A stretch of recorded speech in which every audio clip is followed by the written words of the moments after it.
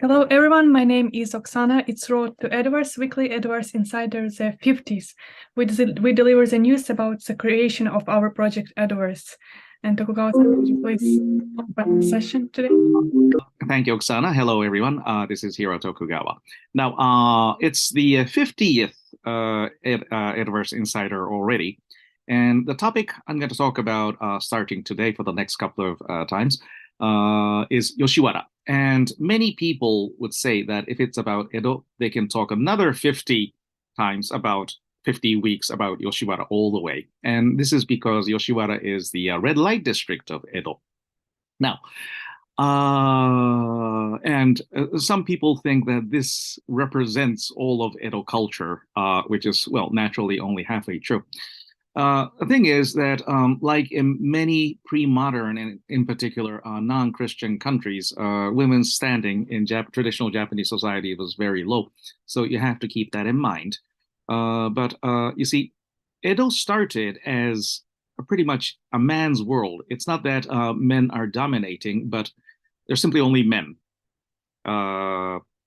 Yes, as it was a huge construction site for the first 100 years. So it was like 70%, the population was something like 70% male and 30% female. And these were mostly young and very active men. Naturally, this was a construction site. So they had to do something about their libido. Well, we don't hear this word very often, libido. Well, yes. So, and then if you let prostitutes roam the city, then there's no point in building the shogun's capital. I mean, it's going to look very stupid.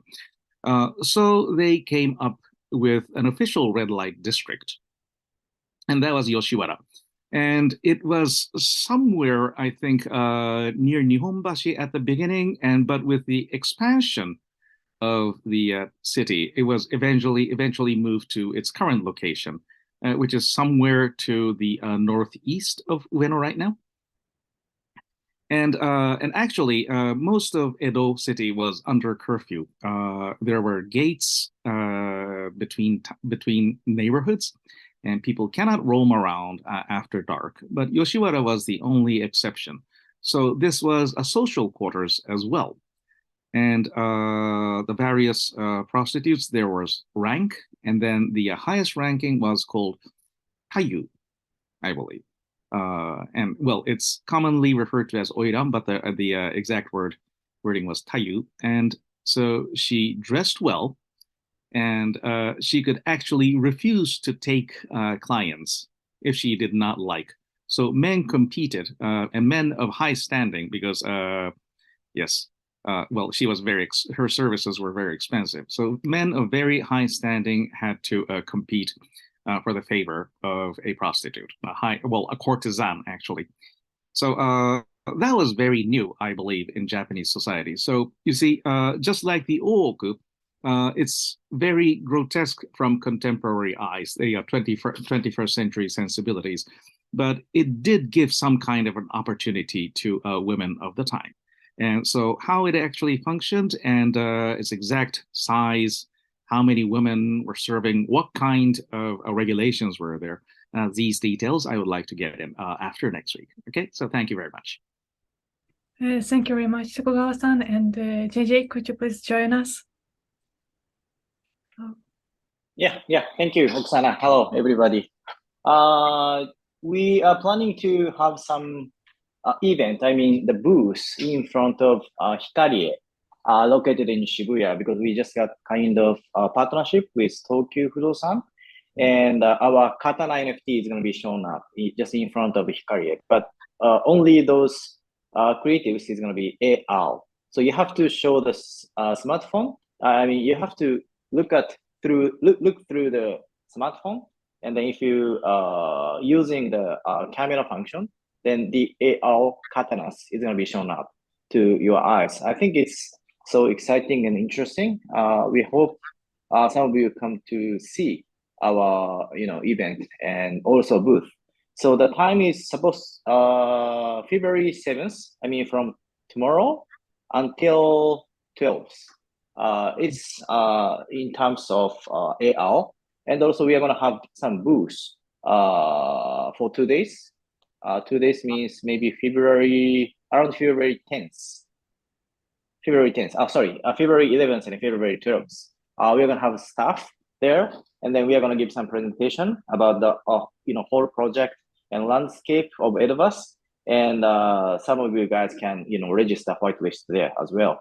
So we'll be happy if you could come to see our AR event. I think that's a good opportunity for you to understand what we can do in digital space. I mean, it's a kind of digital twins, right? So we have the Edoverse space in virtual, and then we can show some NFTs in real world. So I think it's a good mixture, and then kind of so-called digital twins marketings.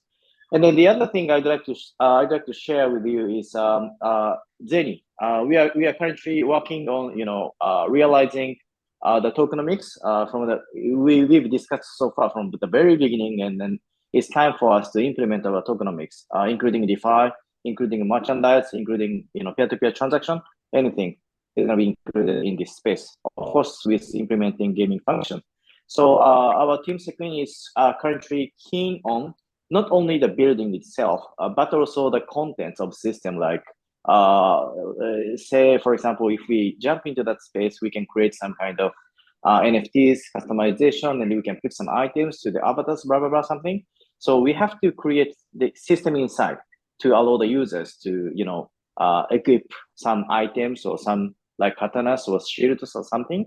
So the space is going well. So the thing is, we have to define the tokenomics, what we can do and how we can get Zeni, or how we can get Koban. I mean, how we can get funds from our space with playing games or playing something in Metaverse. So we are going to start some, kind of specific discussion with our technical side team and gaming side team and the post-security team to make it more, simplified. For the people to understand. So please stay tuned. And the third thing I'd like to share is Zeni. As you can see, once you look at Etherscan, the holders, the amount of holders of Zeni is going to be quite increasing thanks to your cooperation. I mean, we just did some kind of airdrop campaign to all of the lands holders and also Catalans holders. So maybe you can see your wallet. Definitely there's maybe around 500 Zeni for each holders, I guess. So that currently the amount of holders is close to 2,400. This is a nice number, really nice number, because previously around 600 something, 550 or something, but now 2,400. So make our token more valuable is so important for us to increase the number of holders. So compared to other tokens like, for example, some tokens there, which market cap is around 300 million, maybe the holders number is supposed to be 20,000 K or something. So it means that if we can make it 10 times bigger than that, then our token volume is, before diluted circulation, supposed to be 300 million. Means like 10 times bigger than that. So we focus on how we can maximize the market cap of Zeni.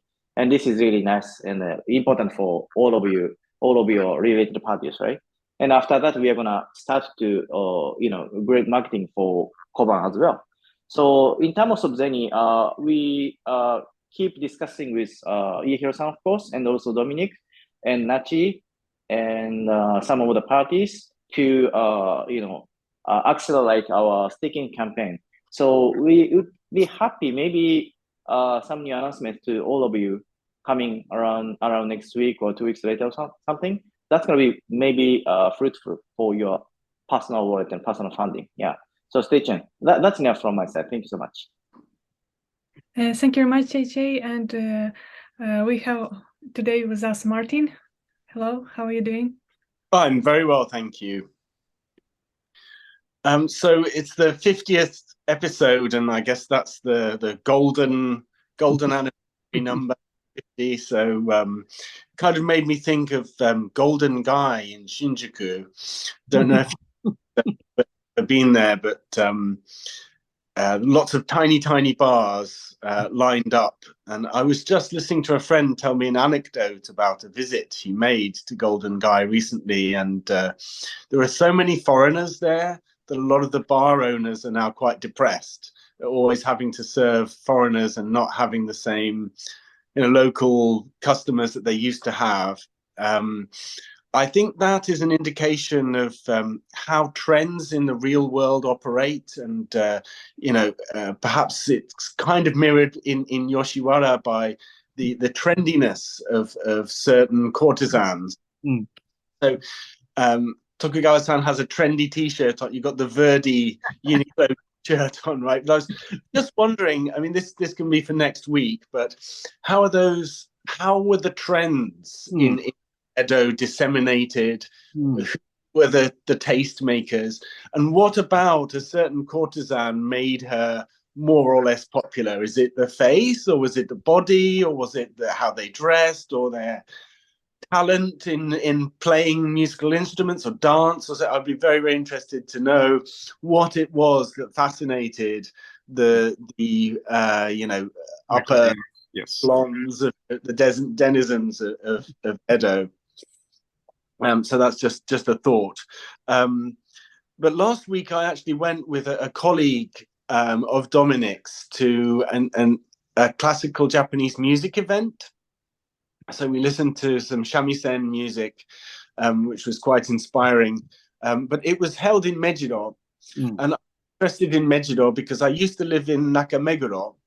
And so we've got Meguro and Mejiro. So Me means I, Jiro is white, Guro is black.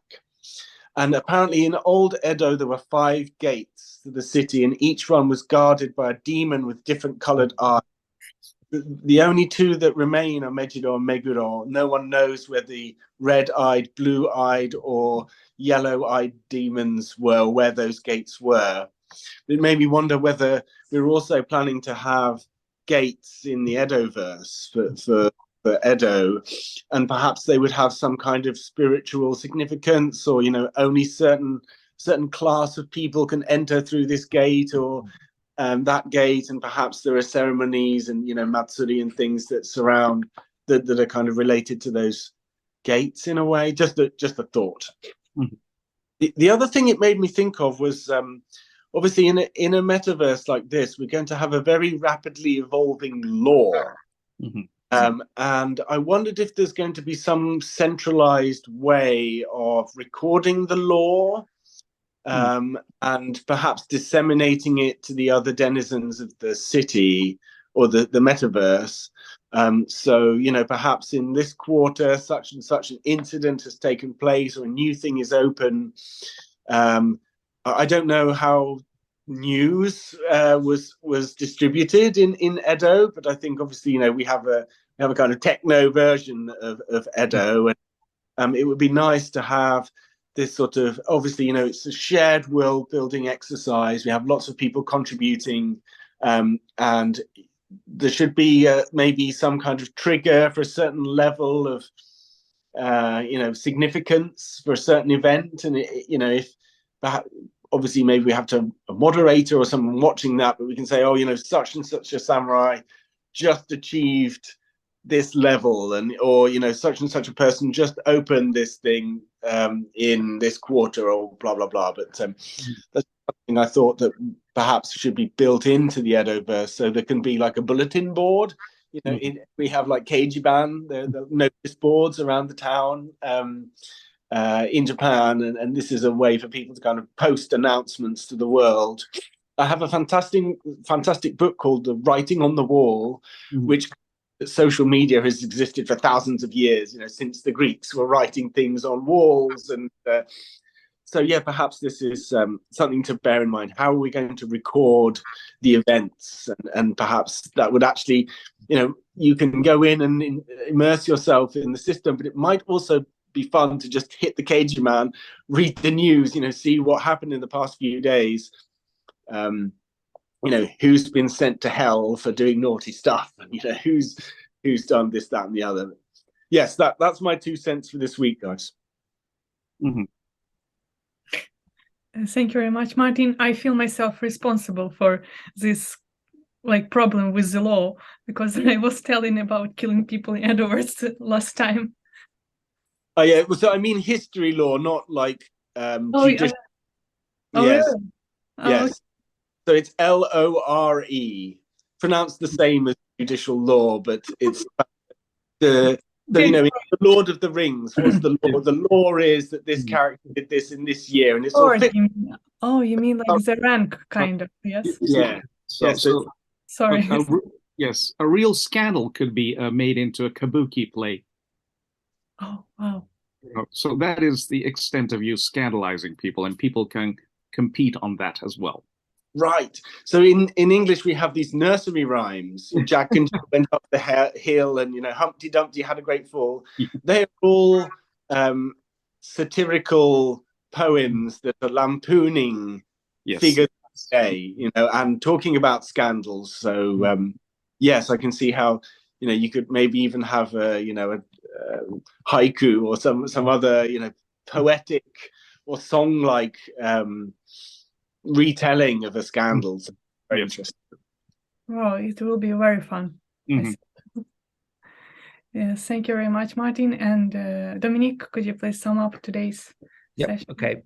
Thanks for everybody. This week, the monthly insiders will be held on 11th. At this time, it's a little irregular timing, but started very important days.